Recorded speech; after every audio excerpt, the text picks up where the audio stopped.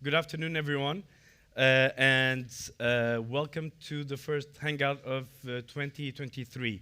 My name is David Magbule. I'm the head of growth and acceleration of Startup Portugal.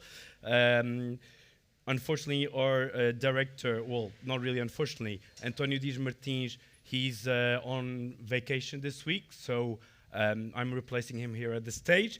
He's doing some well-deserved skiing. So probably wherever he is, it's much colder than here in Lisbon, right? So this is the first Hangout of 2023. Did everyone have a good start to the year? Yes.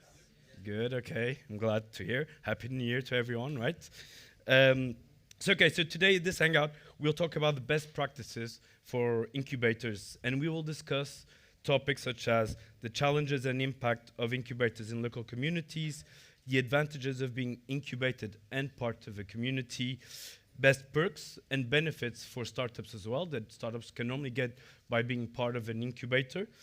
Also, best practices to promote the communities around incubators, and not just communities within the incubator, but also around, because a lot of the times incubators are part of a regional area, a regional society, and so that is also part of the community, because you can have impact in that community as well, and amongst other topics. And obviously today, and the focus being with incubators, the discussion is even more relevant because Startup Portugal has just launched, with the support of our government partners, an Accelerator and Incubator Vouchers, which is a measure that contemplates about 20 million euros to support both entities, so incubators and accelerators, in their quest for professionalization and scaling. At the time we're at Startup Portugal, we want to make sure we give the right tools to the ecosystem and all stakeholders in order to scale up our ecosystem. Definitely, we want also incubators and support them to scale and to help their clients, so their startups, to scale as well. So the focus will be mainly digital development and hiring of specialized human resources as the focuses of this investment through the PRR, Plano de Recuperação e Resiliência, or the next gen investment from the European Union. But obviously, these are not the only news, as us, Startup Portugal, want to provide regarding incubators this year. So in first hand, we want to say that we organized an event in Matosinhos in September, last September, gathering many incubators of the ecosystem. So we will be doing another event now on the 23rd of March in Fundão. So if you are part of an incubator, as an incubator, not as a startup, but if you are an incubator, you will then receive an invitation, and then so keep track, because we will be communicating more about this event in the near future.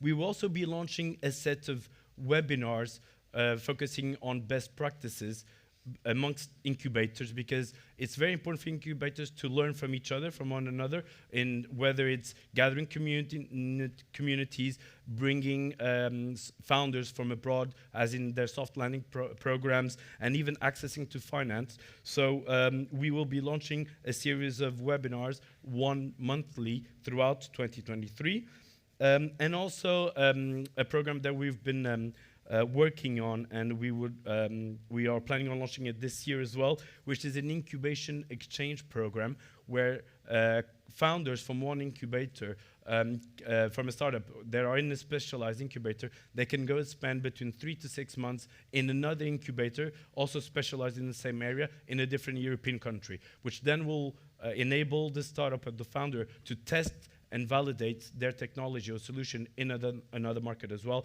through the help of a local incubator. So with no further delay, before we start, let's welcome the 3 startups, as we have every month, right? Whenever we start our Hangouts, we have 3 startups doing their pitches. And today we will have Raiz, Arrow for D, and Automaze. So we will start with Raiz. So please, a round of applause for Raiz for that.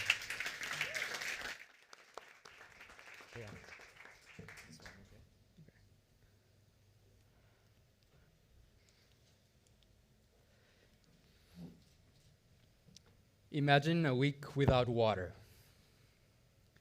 It's pretty challenging, but There's droughts, and climate change is making it hard to feed the planet. Water is essential for us and for our agricultural system. We see fragile supply chains, food insecurity rising, so we need to change the way we grow and connect with our food. That's why at Raíz, we are creating a resilient and healthy food system. So welcome to the future of food.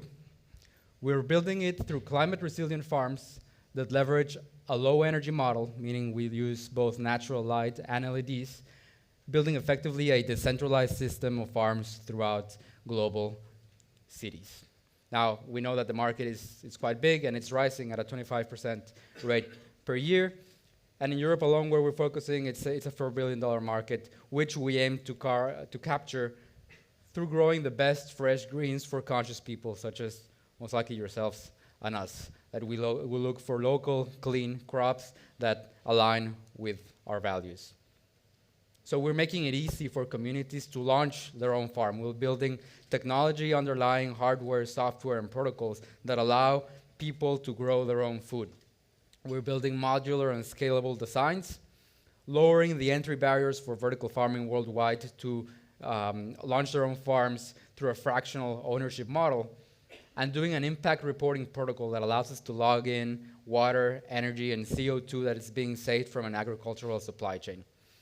This is our operating farm here in Lisbon, in Beato. You're welcome to join, where we're growing and selling experiences and greens for local communities, including restaurants, families, and individuals such as us. So in terms of the business model, we've started, again, selling fresh greens and events for local communities, and we're scaling up through a farming as a service model where we can deploy our technology, our software, again, our hardware, and the protocols to empower these people to launch their own farms and effectively grow their own food. The overarching vision is to create a decentralized network of vertical farms that speak to each other and are able to grow food for communities worldwide, not only rich cities, but also the global south, which is in need of more clean local food. This is a distinctive part of what we're doing. We're building a protocol that allows funding of new farms through ReFi. ReFi, in short, is regenerative finance, so leveraging Web3 technology for climate action or climate-positive assets. So we are making our farms into investable digital assets that can be funded through a regenerative finance, creating incentives to grow the network, so everyone within the network is incentivized to grow the network of farms because that increases the value of what they own, and creating value from impact that we're generating in terms of CO2, land, and water saved. So this will allow us to scale, unlocking liquidity and more clients to increase the vertical farming network, which is the overarching goal. Now, in terms of competition, you might have seen other vertical farms. We're focused on a high-tech, decentralized model with a low-energy approach, right? So we're creating and generating our own clean energy, building this high-tech for urban communities, and focusing directly on the people that we grow to instead of relying only, for example, on supermarkets. Now, it's a well-rounded team, ready to grow, ranging from different parts of the world, from Hungary, Italy, of course, Portugal, UK, Spain, Germany, and even Mexico, that we are ready to make it happen and to keep growing. For any investors in the room, we're raising a pre-seed round of $1 million to launch our software, to increase our product line in terms of a modular farm wall, and to push our marketing efforts to grow at least 200% in the following years. So welcome to the Urban Farming Evolution. It's a pleasure to be here. Obrigado.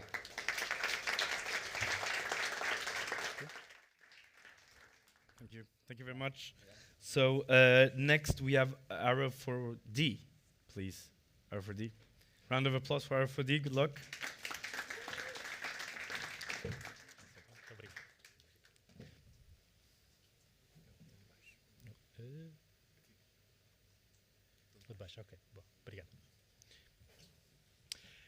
Hello, everyone.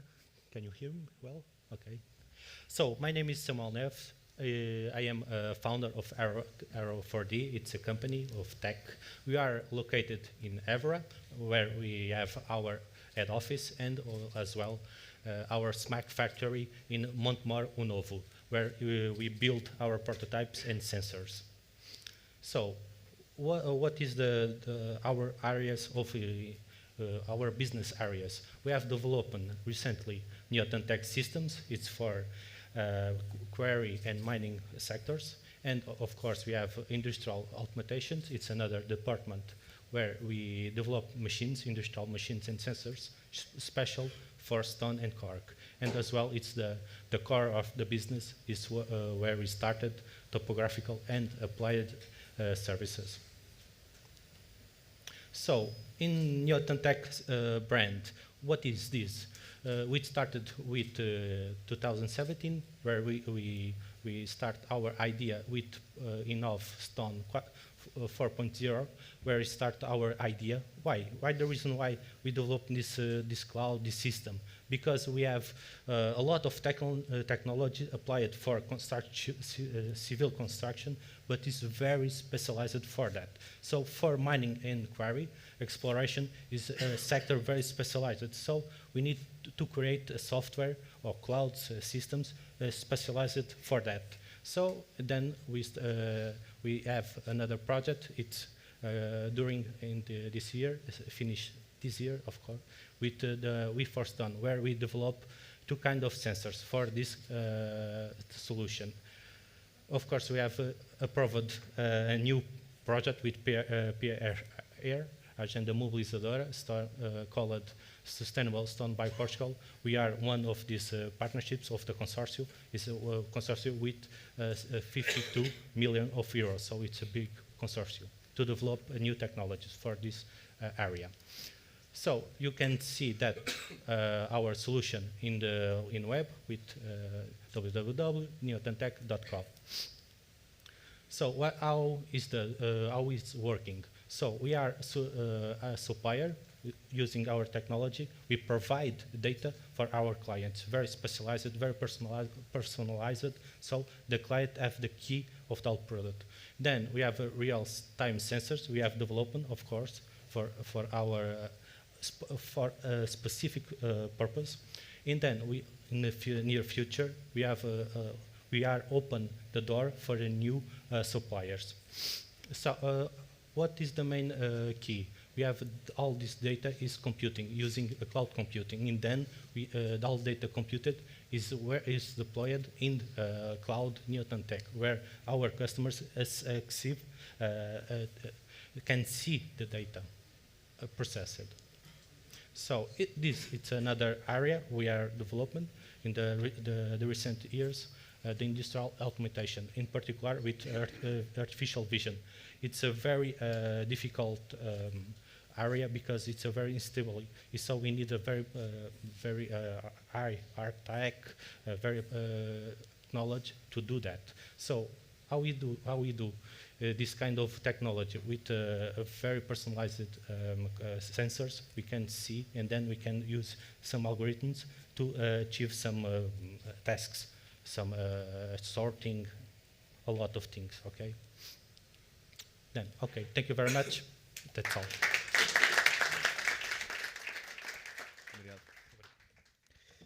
Thank you, Samuel. And now, Automaze. Guilherme, please come on stage.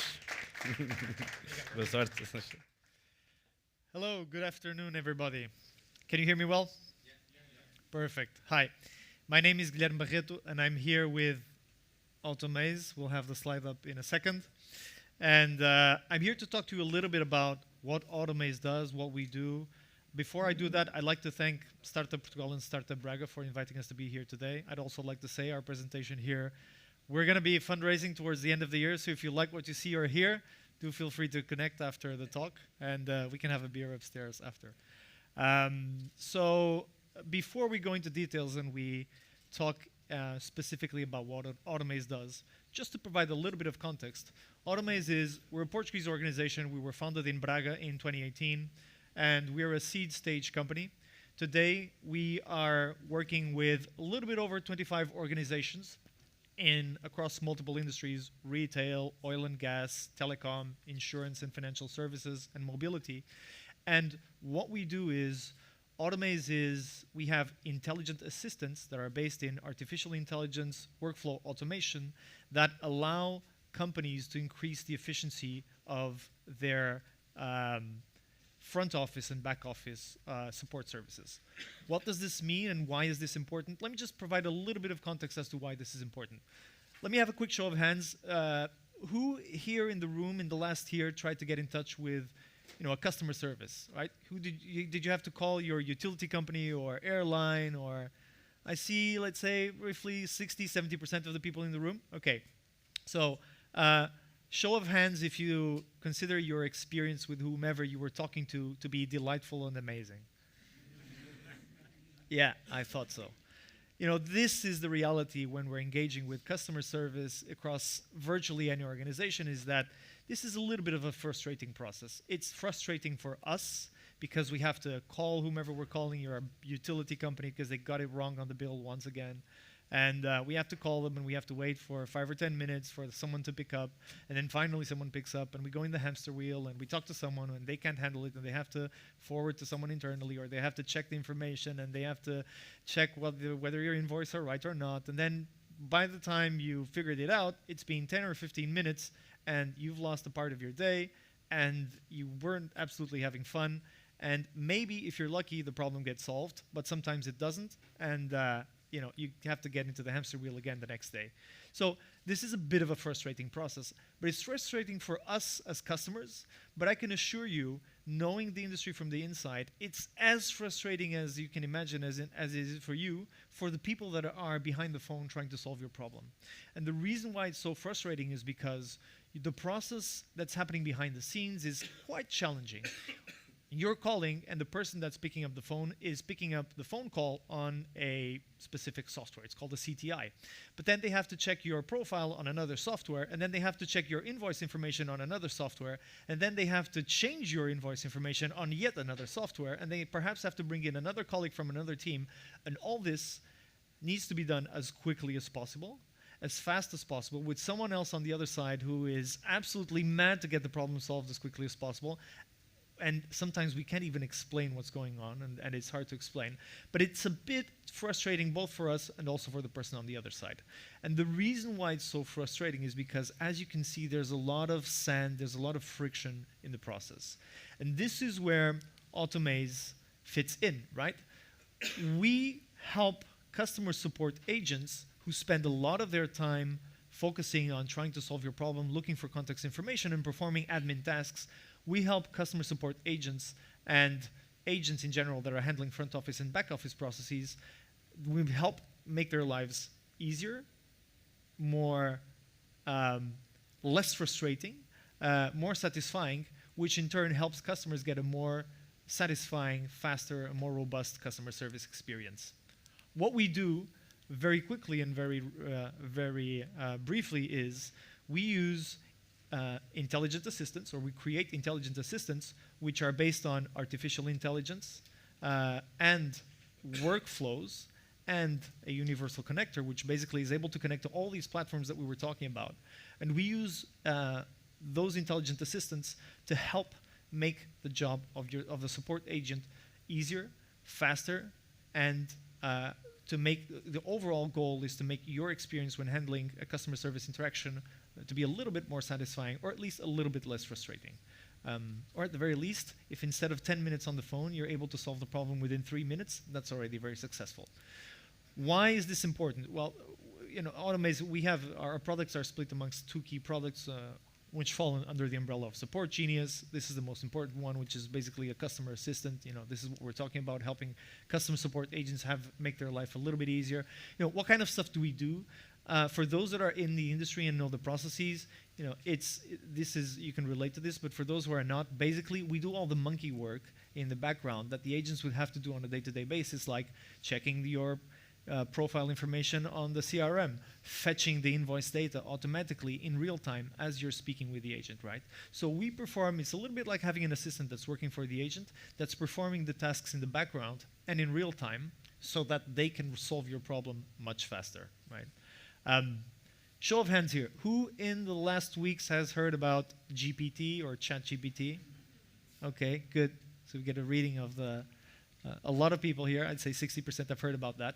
So that's very relevant. That's one of the components that we use at Automaze, we've been using for some time now, is the GPT models. This is, if you've actually tried if you've actually experimented using ChatGPT, then you'll get a sense of how important it is and how we're in a turning point or a moment of turning point in AI adoption and the importance that the AI will have in the transformation of operational models. And so we're helping companies leverage AI and technology to make their operations faster, more efficient, and more robust.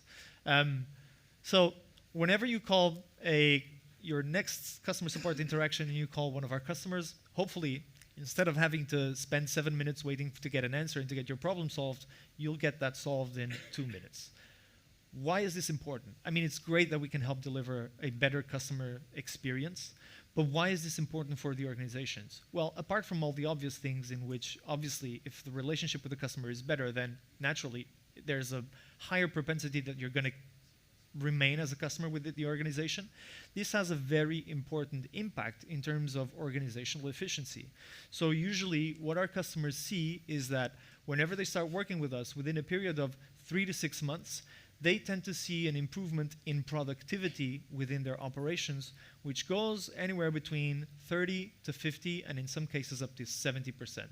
And it might sound a little bit hard to figure out how important this is, but if we think about the fact that, for example, this year, the business process outsourcing industry is going to have a size of roughly around $200 billion globally, and that it employs over 250 million people globally, we start to get a sense of how important this might be. And we're talking just about those processes which are outsourced to third parties, to organizations like Teleperformance or Concentrix, etc. A lot of organizations still have their administrative operations in-house within their own teams, and so a lot of this is not even part of the cake that we're talking about. Just to give a brief overview, one of our customers here in Portugal, who here has used or bought from Biléu or 360 Imprimir? Anyone? Okay, good. All right, 10%, 15%. Well, you know what they do. They're basically a marketplace. They provide a lot of marketing services for small, medium organizations. You can print your cards there. It's a little bit like Vistaprint, but more broad. You can buy your own business cards or merchandising, etc. Biléu operates across 21 different countries globally, so including Europe, the US, etc. One of the challenges they have is that they have to provide customer service in 18 different languages. Plus, not only when the customer calls them or sends them an email, they not only have to handle the issue with the customer, but they also have a network of suppliers that they work with. So they need to orchestrate the solution for a problem across 2 different spectrums of the equation. So that's a challenge. They're working with us. They're an amazing customer. They're really huge fans of efficiency. In the last a little bit over a year, we've been able to help them improve their efficiency in customer service a little bit north of 70%. This number that we see here is the improvement in handling time, so improvement in productivity of the management of a process or a customer service interaction that is actually still handled by a human. Part of those interactions we can handle automatically through AI. We're working with other retailers. We work with Altice to help their marketing team better manage a little bit better and more efficiently the social media channels. We also help with Continent Online, that's working with us also to improve efficiency in handling customer service interactions. So whenever you send them an email or you have a problem, you send them a chat message, there's a part of the magic happening there that's going through automates. And so whilst this is very interesting and we are very focused in customer service, the fact is that around 30% of the headcount in organizations is focused in handling administrative tasks in general. And that includes not just customer service in front office, but also back office use cases. So after solidifying our product in customer service, we went on to see, can we use also AI and can we use this solution in our product to improve efficiency handling a little bit more complex processes? And we found out, we started adventuring ourselves into the field of handling more complex processes. Today we work with, do we have any advanced care or Generali customers here for health insurance? No? Okay, 1 person. Okay, 2 people. I was one myself in the past. So if you've ever gone to the hospital, for example, and the doctor has prescribed a treatment or surgery, what happens is that the doctor needs to ask the insurance company to approve that specific treatment. And the process, the way in which this is handled is, today or traditionally, the process enters a digital system, a back office system of the organization, then it goes through an administrative agent, then it goes through a paraclinical team, right? A nurse or a team of nurses and doctors that need to look at your process, analyze it, etc. Today, they're already utilizing AI to streamline this process, and over 50% of the pre-approvals are already handled automatically through AI or assisted through AI, which means that the insurance companies can increase their efficiency massively, massively. So this is valid for organizations across the spectrum and across multiple industries. We are very pleased and very, very excited to be here. We want to thank Startup Braga because they had a very important role in incubating Automaze in our very first steps and early stages. And if it weren't for that, we wouldn't have been able to arrive where we're at today. We have an exciting road ahead of us. I'd be more than excited to talk about this if you're curious to learn more. So thank you for your attention today, and thank you, David, for the invitation.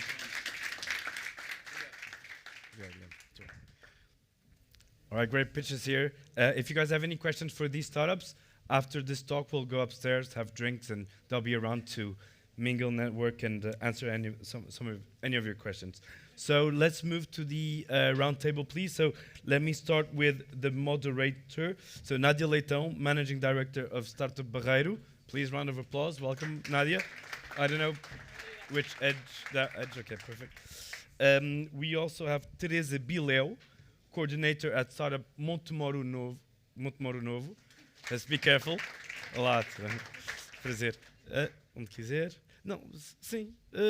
Sim, fica homem, mulher, homem. Não é mais fácil. E depois temos o Luís Rodrigues, diretor da Startup Braga. Welcome, round of applause. E Rui Gouveia, CEO at Build Up Labs. I like to see the geography mix here. You know, we have Braga, Montemor, Lisbon, and also Barreiro. So please, Nadia. Thank you, David. Thank you, everyone. Thank you for the invitation. It's a pleasure to be with all of you here and with the three of you. And the first challenge, we all put this challenge every single day to our entrepreneurs. Now the challenge is yours. Just make a pitch and present to the people a little presentation, 30 seconds, so they can know you. Rui, do you want to start? Yeah, sure. Is it working? Yeah? Yes. So, hi everyone, my name is Rui. I'm a computer scientist by training. Started my first tech company back in 2001, so 22 years ago. There was no ecosystem supporting entrepreneurship, no incubators, no accelerators. Still, we've managed to survive and build a group of companies, and now my goal is to give back all the learnings and help other entrepreneurs with their ventures. Hello everyone, good evening. My name is Teresa and I'm the coordinator of Startup Montemor-o-Novo. I've been working in incubators for more or less 4 years. I don't have as much experience as you all, but I do like, and I think I do put my heart to what I do, and I think all we do as coordinators, directors, and everyone is coordinating an incubator is for the entrepreneurs. So I may not have as much experience as you all, but I do have the passion. So That's a big competence to have, an important one. Okay. Hello everyone, I'm Luís Rodrigues, Director of Startup Braga. I've been working in the entrepreneurial ecosystem since 2019. First as a program manager at Startup Braga. Prior to that, I've been working related with higher education institutions, namely the University of Minho, where I worked in the fundraising, alumni relations, employability fields. Prior to that, I have also launched a couple of personal projects and companies, not technology-based projects, but in some way it was where I started my entrepreneurial journey, and it's pretty much that in 30 seconds. Thank you so much. Now, how do you feel to be in the other side, huh? Teresa, I'm going to start with you. You have a challenge like I have, because we are on small cities, not big cities. Montemor-o-Novo and Biléu are small cities, and we have the challenge to develop local economy and to scalate the startups that we have in the incubator, but as well to be around the community with local players and everything. How do you manage that every day? The challenges are huge, and there are several, as you said. We are a small community. Montemor-o-Novo is a small city with a low population, and not everyone is going to be entrepreneur. We know that, and we accept that because it's the truth. And so we have the challenge on one side to have entrepreneurs, and since we have an incubator, we have to have entrepreneurs. That's our job, to support the entrepreneurs. Then we have the challenge to work with the community, as you said, but for more or less a year, we have been actively working with the community, because when I entered Startup Montemor-o-Novo, more or less 2 years ago, the first thing I sensed was that the community wasn't really aware of what we were doing in the incubator. And that was the first challenge. So, when you're talking about the community, we're talking about only the citizens that want to be entrepreneurs, or the school, I think everyone, pretty much everyone. The entrepreneurship in schools, or the Some companies? Because we are located in the area that has a lot of industry in Montemor-o-Novo. So our neighbors, they knew us, and some entrepreneurs already knew that we existed and were there, or weren't in the incubator, but they were aware that we were there. But when I say the community, is almost everyone else, being from the local population, from other entities or associations or ONGs that are in Montemor-o-Novo. So first, one of the big challenge, and I think this challenge was the one that we attacked from the start, was how to communicate and how to bring the community to the incubator. So we. I think it makes different on the economic development of the city. Yeah. It makes it different. Okay. Yes. Okay. Braga, now it's a startup city now, and it becomes. It's beautiful. The city is beautiful. I'm suspicious, but it's not only startup universities and everything. I come from that area as well. And how do you look at the development, and what's the secret to become this big and this impact on the city? Well, I think that International recognition. Yeah, I think that from the very beginning, and I'm not that suspicious because I was not at Startup Braga then, but the strategy behind the creation of Startup Braga was quite clever. First of all, because prior to that, by the way, Startup Braga is an innovation hub owned by the municipality. It is part of a municipal agency which is called Invest Braga, but totally owned by the municipality of Braga. So we have some kind of annual protocol with the municipality to accomplish several missions that are under our domain, our responsibility, and by then as I was saying, the strategy behind was try to identify the clear. Where were the critical mass? Where were the specific innovation fields? The most important R&D centers, where, for example, the higher education institutions could play a most relevant job, and so. then by that time, Startup Praga decided where it should be focused and specialized, and what should be the core areas and the core verticals of its activity. Fortunately, we have in Portugal a lot of municipality incubators. And we have some, Barreiro startup, it's very young. We opened doors 7 months ago, but we have some that it's very project for the local development. And we have another like Braga or Fundão that have international recognition, and it has a different brand.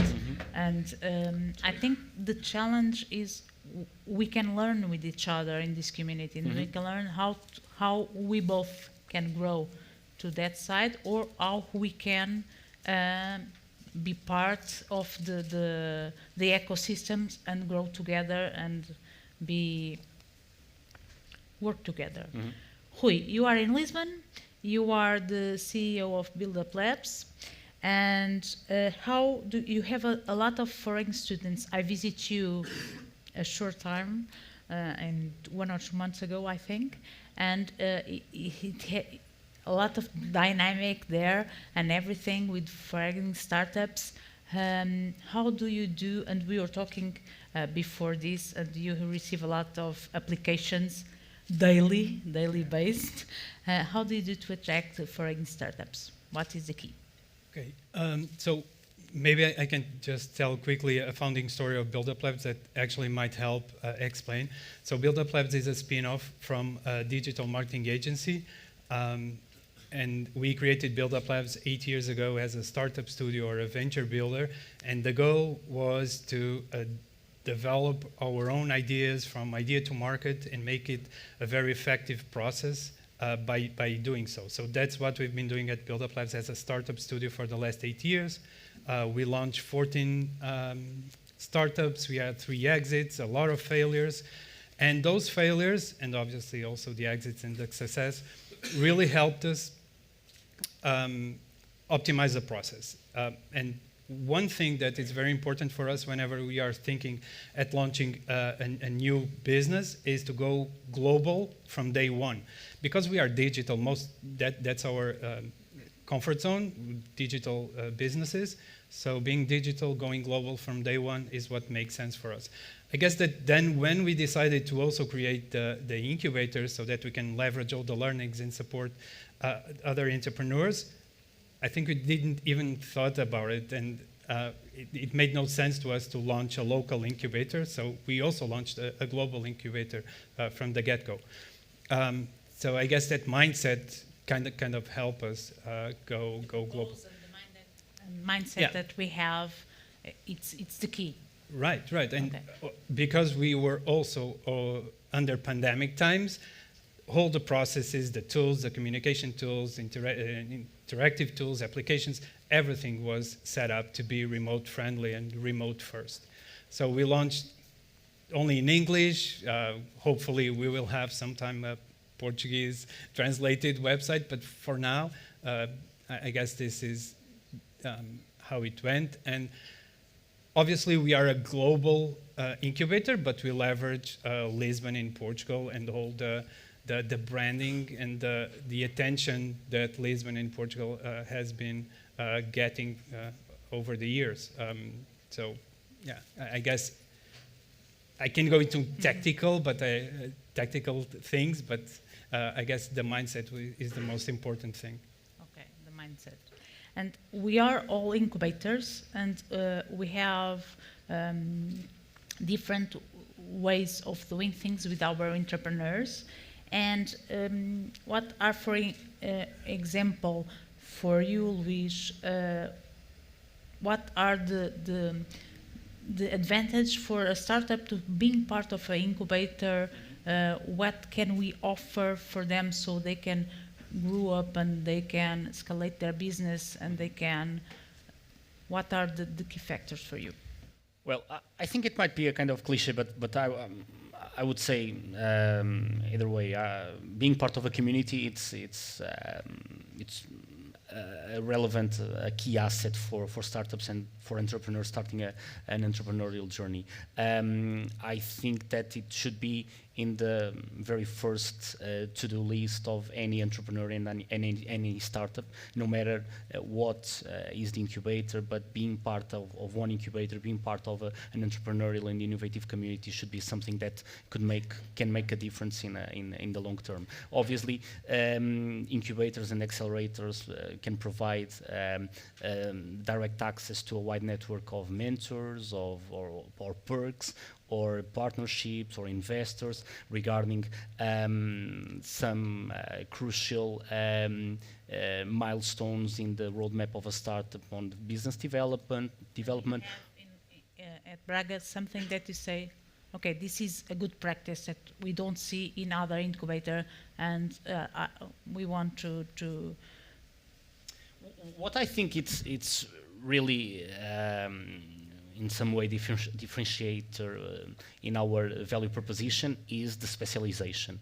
I mean, what I was saying before, we identified what could be the core areas for our activity. We identified health technologies, digital economy, and nanotechnology, looking at the main research and development centers in Braga, looking at the main schools and faculties at the university, and then we decided to focus our activity on those three core areas. And from that beginning, we also start building a specialized network of mentors, of partners, of institutions that can support the business development of startups and entrepreneurs through this approach. And this is something that I think that in some way can differentiate us from other incubators and accelerators, but there are also many other things that I believe that all of the incubators can provide, this kind of access to networks, this kind of specific mentoring or support when developing some kind of candidacies or applying to finance or investment calls. Obviously, that we consider like the basics in an incubator. Obviously, the peer learning is also something that, in my opinion, is really relevant, because we have the opportunity to learn from other entrepreneurs that face the same challenges, the same problems, that failed before, and this is also some really important asset that we can provide to the entrepreneurs when being part of an incubator. You have at Build Up Labs, you have an idea evaluation framework that is a practical asset, very successful, right? Do you think it's important for us, incubator, to offer that to the community? How does it work? Can you explain more about that? Sure. So again, starting as a startup studio, we've been we used to say that we created a startup that the main goal is to optimize the process of building new startups. So that's the basic definition of a startup studio for us. And by doing so, our main goal is let's optimize every step of the process, starting with idea validation. So how can we be very effective on collecting evidence that this idea is worth it? There's someone that really is willing to pay for this product. Then if it moves on to the next stage, is how can we be very efficient on developing the product, the MVP? Like let's build a product in 3 weeks, not 3 years. And then it's go to market. How can we go to market with a low budget? Then it's again investment, everything. So we've been for the last 8 years really trying to figure out what is the best way, the best framework, the best methodology for each one of these steps. And one of the tools that we came up with and that we've been optimizing worked for us at the studio. It started to work really well for the incubated startups that we have with us. We do this workshop with them around this framework that helps both on validating the idea before even having a product, and then on go-to-market. So it's the same framework for 2 different stages. Already you have an entrepreneur that went there. It was not validated. Okay, it is not going to work. Then come back again, and then, Okay, Rui, I have another product and I have another service. Please try again. Usually they don't go and come back. They just enter the loop. So we enter the pivoting loop. It's not that it doesn't work, it's that you always collect some insights. You always understand something. It's that it doesn't work with this specific value proposition or this specific target market, but let's try something else. So what if we change the target market and try this value proposition? And because these experiments, in the way that the experiments are set up, are very easy to set up, very fast and cheap, like in a couple of weeks, we are able to collect enough evidence to understand if this idea makes sense for this target market. If it doesn't, then it's another 2-week cycle, and we just test something else. So that's how this specific framework goes. Regarding your question, if it's important, I don't think it's necessary for every incubator to develop their frameworks, but it's important to have at least a set of tools and practical methodologies that we can use to guide the entrepreneurs, because content is available online. Every entrepreneur can consume content, so the practical guidance, I think that's the most important. Not to develop... Give them the tools so they can... Yeah, and show them part of the process, yeah. Teresa, what are the biggest challenge of your incubator? One of them, I already told you, it's the being in a small city and don't having maybe as much people wanting to be entrepreneurs as maybe in Braga or here in Lisbon. Then we have the challenge of being a small incubator. I was talking with Danielle this morning, and we were saying that we are a one-woman show in our incubator because it's me that is full-time working on the incubator. So I'm the only one managing, with the help of Danielle, of course, but full-time it's me working, managing, helping the startups. So we are facing the challenge that we are already 13. Doing everything, yeah. The guidance. Yeah, we have external consultants that help us. We have partnerships with local consultants. But we are facing the dilemma that all the startups have. Now we have to get people to help. We need people with complementary knowledge to help us give a better support to our startups. And we don't have a specialization area. We have a little bit of everything, so we need to know a little bit about everything. So that's, I would say that's the biggest challenge. Yeah. And inside the municipality, do you have with the Department of Economic Development? We are in the Department of Economic Economic Development. You are inside, yeah, okay, yeah. okay. That was the... Yeah. And before the Q&A, and we have 10 minutes, and I want to challenge the three of you to give an advice to an incubator. What can we do to be more attractive inside the cities and outside the cities as well, and outside Portugal, of course, because I think we work globally. And for the entrepreneurs, well, they are choosing incubators. And I think we have one thing good in Portugal, because we have a lot of them. And I think the entrepreneurs can look and say, okay, where do I want to live? I want to live near the sea, or I want to live... They can choose, okay? It's good. Well, even in the island, so it's good. They have a lot to choose. What are your advice for the incubators? How can we be more attractive? And what are your advice for the entrepreneurs? What is the key to choose an incubator? Who wants to start? No. I would say pretty much the same that I said before. Try to find where are you good at. Where is the critical mass, or what kind of innovation fields or knowledge areas that in each incubator, in each region you have, so that you can provide a specific value proposition, a differentiated value proposition.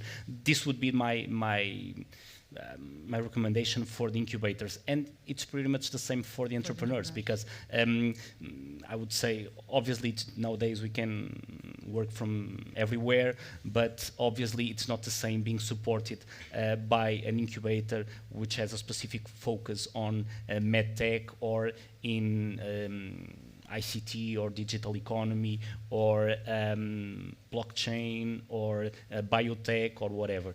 So I think that it's crucial to find the best value proposition regarding the kind of business development, the kind of business model, the kind of area in which I'm acting. Okay. Teresa. I would say maybe build strong partnerships. If you are like us and you don't have a lot of human resources, build strong partnerships. Surround yourself of people who want to help, who are available to help, and this for the incubators, as well as for the entrepreneurs, I would say. But maybe for the entrepreneurs, I would add, look for a place you want to go, look for the right support and the right conditions that you are looking for, but try to also to look for a sense of community, especially if you are from another area of the country, which happens to us. You have a lot of We have people from Lisbon. I was talking earlier about that. That could not find the right place with the right space they need, so they moved to Montemor, and they moved all their lives there. So if we do not embrace those people that don't know anyone in there, they will not stay. So community in Startup Montemor-o-Novo, I think we have a strong community. The people, when you're talking about people from London, do you think the pandemic? No, it's No? it's Okay, because in Startup Montemor-o-Novo we are an incubator that is a little bit different from almost every incubators. In general, the incubators have the common services, the co-work space, individual space, but we have spaces that are called box, which are like storage spaces, but we don't like to call them storage. We call them more or less an atelier, which means with 54 square meters and 102 square meters, which means that anyone that wants to test small production can do it there. We have all the conditions to so we have people doing ceramics, we have people have a distillery, I think that's, so this person I was talking about, she moved to Montemor-o-Novo because it was the only space where she could find a production space at an available, at all right price. Okay.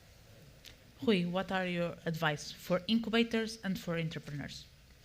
So we have find your niche, something that you're good at, partnerships, community, maybe build a brand also, like also find ways to communicate what distinguishes you both through a community or the services or the value that you provide. I guess that's it. Okay. Thank you so much. Now I'm going to get back to you and have, if you any of you have any question or online or something. Yes. I would like to ask the managers here how they measure the impact. Okay, sorry. 1, 2, 1, 2. Tá.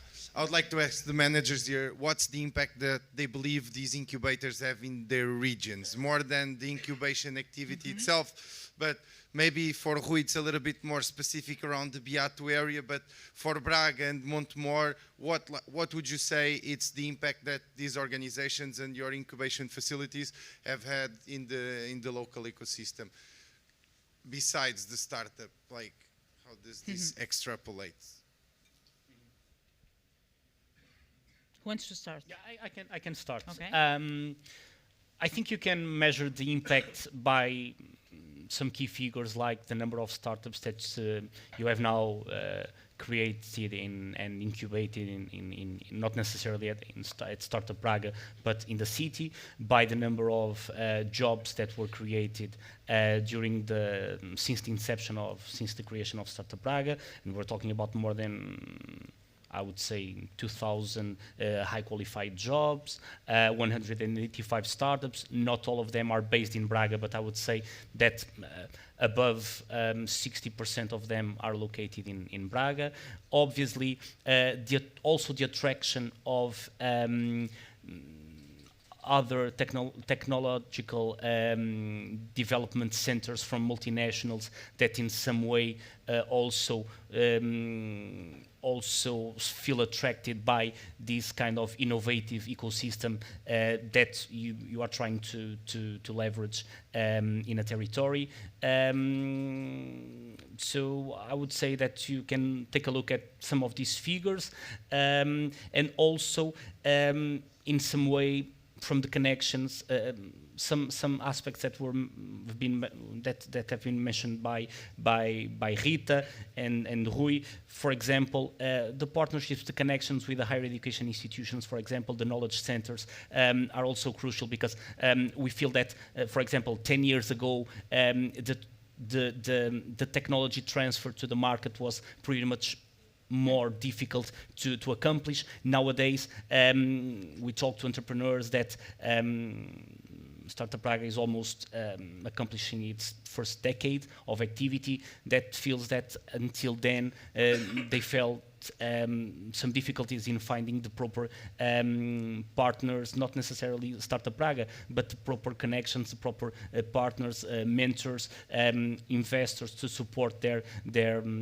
projects. And nowadays it's much more easy for them to find their path to develop their projects. So I would say that this kind of connections and collaborations can also be one success key figure and indicator that you can measure.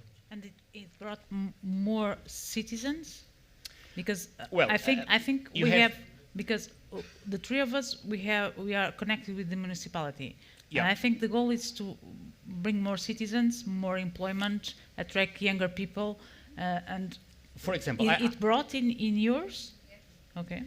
Braga increased almost 10% its population in the last 10 years in counter-cycle to the country. So obviously, I'm not saying that it's all of it. It's a merit or responsibility of Startup Braga. Obviously, it's not. But in some way, if we have contributed in some way to that, very happy.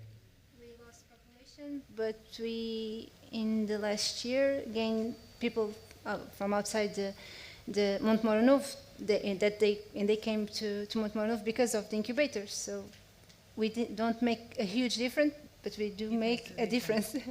Yeah. Okay. More questions? Hi.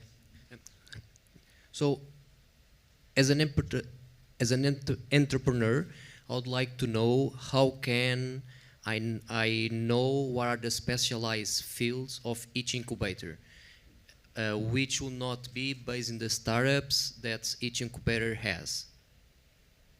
The values or the keys, yes. The focus of each Yes. incubator? The focus, yes. I You want to think start, Rui? Starting with the website should be a good way to understand that.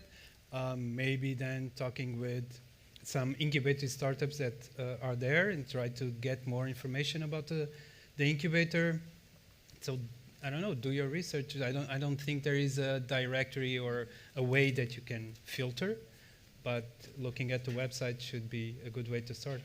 Having a meeting, Yeah, asking all then the ask. questions, knowing what you really want to know, ask those questions. But do you want to know their fields in their incubators, no? I think they already answered that. Oh, okay. More questions?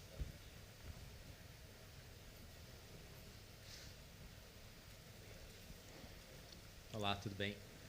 Primeiramente, ótimo painel. Obrigado por expor.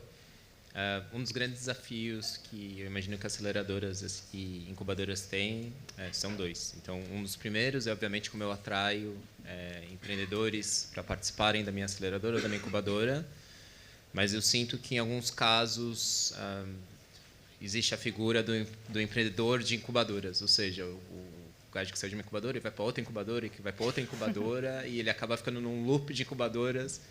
Aí você vê e ele fala, eu já participei desse programa de aceleração e desse programa de aceleração. E aí a pergunta que eu queria colocar para os painelistas é a importância justamente do follow-up da aceleradora ou da incubadora, do gênero, Às vezes eu sinto que incubadoras e aceleradoras, por terem recursos um bocadinho limitados, porque provavelmente patrocinadores patrocinaram as 9 semanas ou as 12 semanas do programa, depois é difícil de fazer o follow-up do empreendedor, ou seja, se ele precisar de algum suporte ou apoio. Então, a minha pergunta é no sentido de como eu consigo colocar importância para incubadoras e aceleradoras, ou talvez, mesmo antes da execução do programa, já falar, olha, talvez o programa não precise demorar só 9 semanas ou 12 semanas, mas eu preciso fazer um bocadinho extra para justamente evitar que o empreendedor fique indo de incubadora e aceleradora para aceleradora entende? A pergunta é um bocadinho ampla, mas eu queria aqui ressaltar como que incubadores e aceleradores poderiam pensar melhor esse processo depois do programa de aceleração ou incubação. Who wants to answer this challenge? I think we might be talking about two different issues here. One is definitely the possibility of participating in different or in several acceleration programs from different incubators or accelerators, and nothing against that, honestly. I think the more exposure you can get, the better for you, the better for your startup, for your project. The more contacts you can reach with diverse networks of mentors and perks and partnerships that are necessarily different from one accelerator to another, the better for you. Another thing is on a more, I would say, regular basis, the support that you can achieve within the scope of the activity of a specific incubator. So I would divide these two activities from an incubator or accelerator. The value proposition within the scope of an incubation program, which should be more regular and more mid or long term, and the value proposition of an acceleration program that necessarily would have has to have a concrete time of 9 weeks to 12 weeks or whatever. So it's a kind of balance that you have to find. On one side, you should expose as much as possible your project and to test it and to validate it through different acceleration programs. On the other side, you also should try to find the best incubator to have a regular and more established work or support by an incubator. Any no? Okay. Any more questions?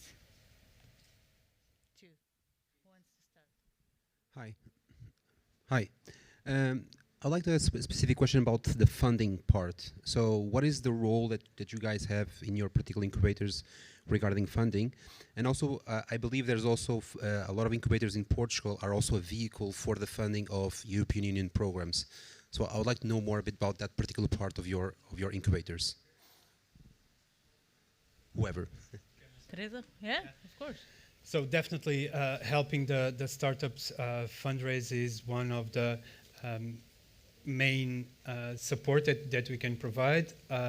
For the European and Portuguese incentive programs, we have great partners that are very specialized on giving office hours and guiding the startups in finding the opportunities for those incentives for the startups. For the other route, for the equity route or the VCs, the business angels, that's on us. So we've been building a network, extending the network also globally. So obviously we have I would say the Portuguese investors ecosystem part of our network, but the big challenge is to expand the network all over Europe and also the US, because the startups have different needs. They are targeting different markets, so we also have to expand the network. But I don't know if I answered, but yeah, preparing them to be investment ready with the pitch deck, with the financials, and then doing this warm reach out to investors and making the warm introductions. That's part of our job. And I think we had. Do you want to? Just to add something quite the same, but just to add something here, for example, also in the public funding, we provide that kind of support through our network of partners.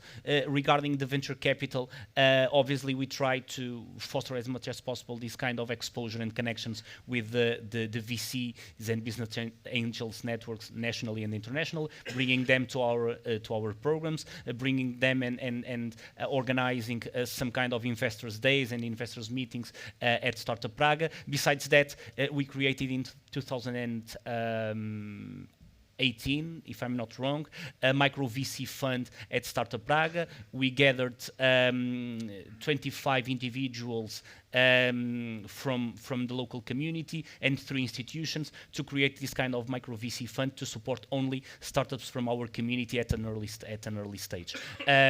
We ended our investment mandate last December, so we are now in a process of looking for new opportunities to create a second fund of Startup Praga VC fund. Okay. For a new one. We are looking how to fundraise a new fund. Yeah. And exists the regional funds that are creating with the ventures capital. And we are, for example, we are having now the South Bay Fund, and the Madeira Fund was a huge success in the island as well, and it brought a lot of digital nomads there. Yes. And I think we had another question over there. Yes. Is the last one. Hi. So this is an online question. Fire me. Is the last it's one. from Maria Oliveira. She would like to know how you are actively trying to promote diversity and inclusion practices, and how do you support your founders in finding the right talent? Okay. Who wants to start?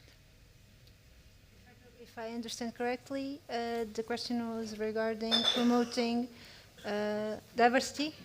Diversity. Yes. That's a really interesting question, because on our day-to-day work, maybe we are not so aware of those questions, and until now we never had to think very much about them. I don't think we have a policy established. I think it's a little bit about common sense. Mm-hmm. So I don't know how to answer that question very well, because we never had to do anything special. But maybe one day, maybe we have to think, and I will think about it from now on. I'm sorry, I don't know how to answer exactly. It was I don't know if you... Okay.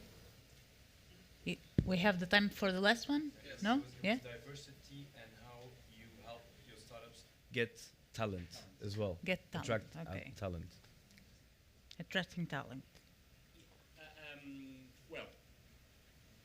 Regarding the first part of the question, it is definitely something that we all should tackle, how to foster the diversity, the inclusion within our community. I think that it is also that we need to have, from a macro point of view, we have to have the proper policies, and I think that many of them are oriented to this end. So probably in the coming years, unfortunately, in the coming years, I do expect that we will see much more female-founded startups, female leaders, tech women in tech, and so on. Regarding the second part of the question, how do we support startups in the talent recruitment? Again, the university here plays a huge role. Braga has more or less 200,000 people.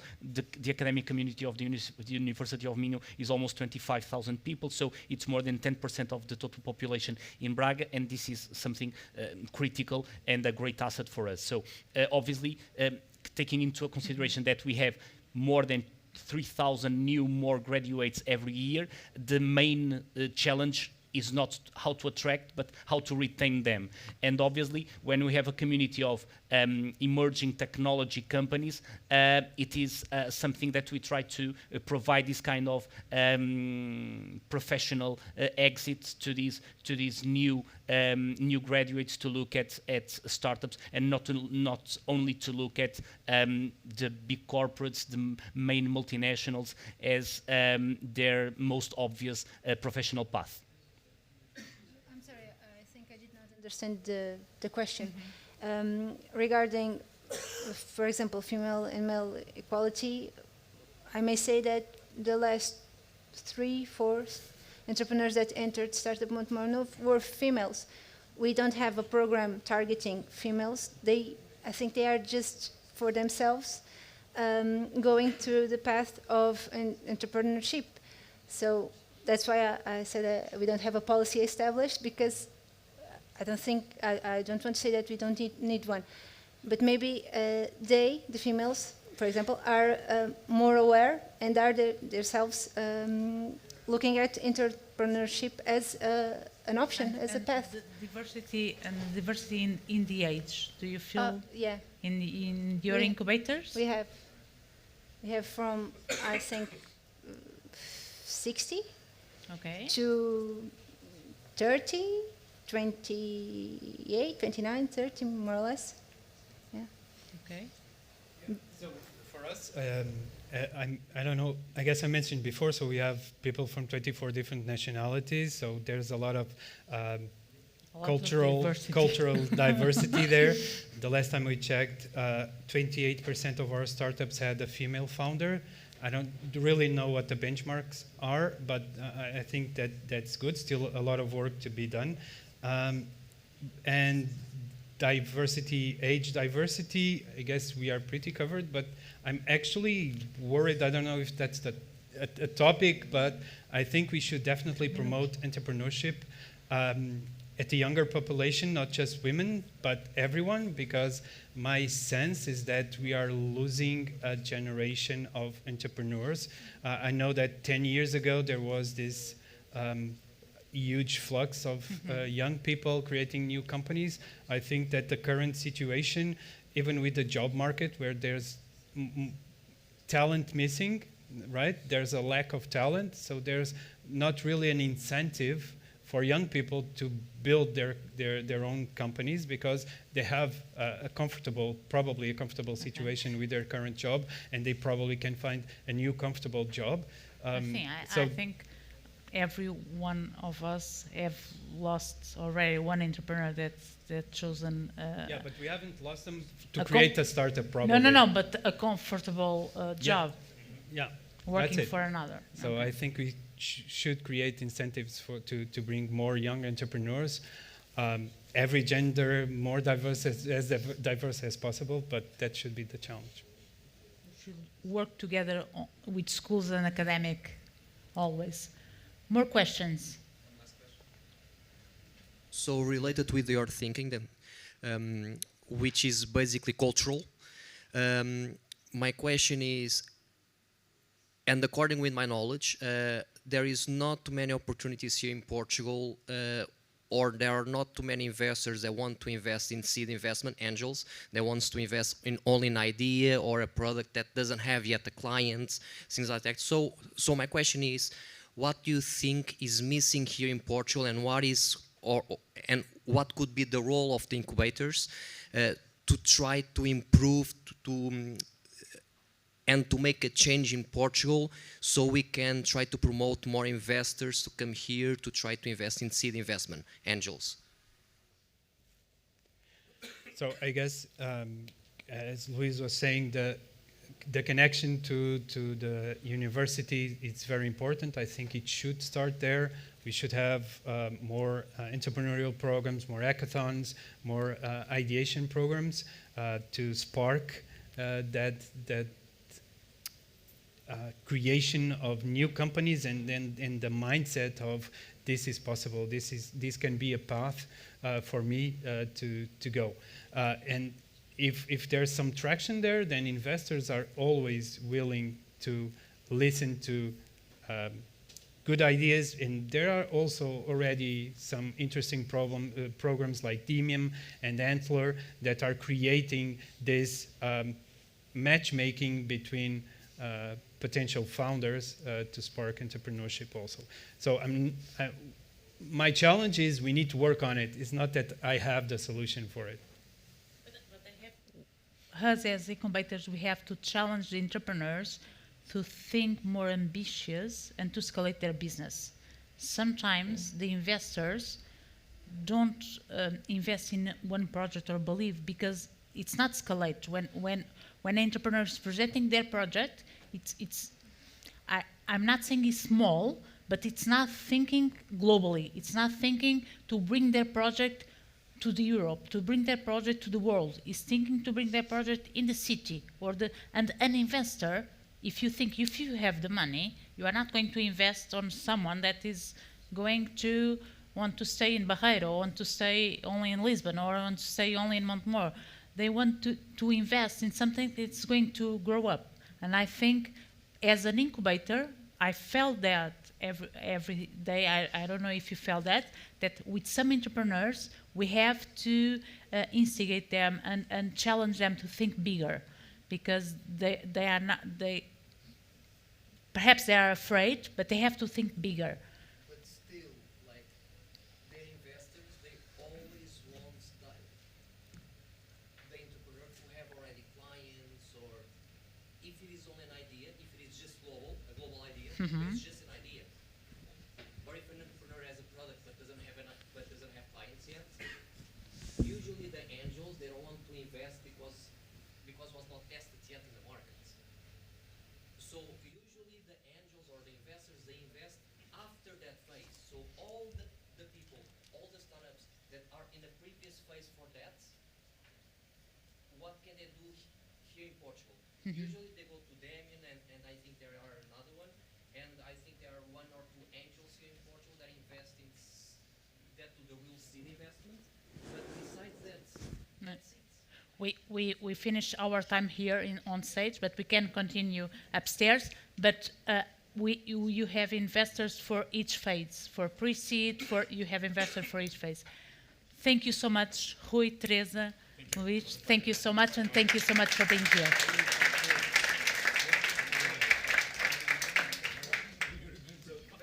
To the roundtable here. I think it was very interesting for all the questions. So just to wrap up, drinks upstairs, everyone can mingle, can chat, can network. Thank you to everyone who was watching us online. And so please follow our social media, our newsletters, Startup Portugal. We will be here again next month. We have a hangout every month. And also regarding the startup vouchers and incubators, you have all the information on our website. And regarding the incubators, which was launched last week, you have the, it's a weird name, it's in Portuguese, the Aviso, which is already online. And then within 2 weeks' time, you have the application form that will go live. And right after that, on the 20th of February, we will have a webinar for Q&As, okay? So thank you very much, everyone, and have a good evening and rest of the week. Thank you. Thank you, everyone.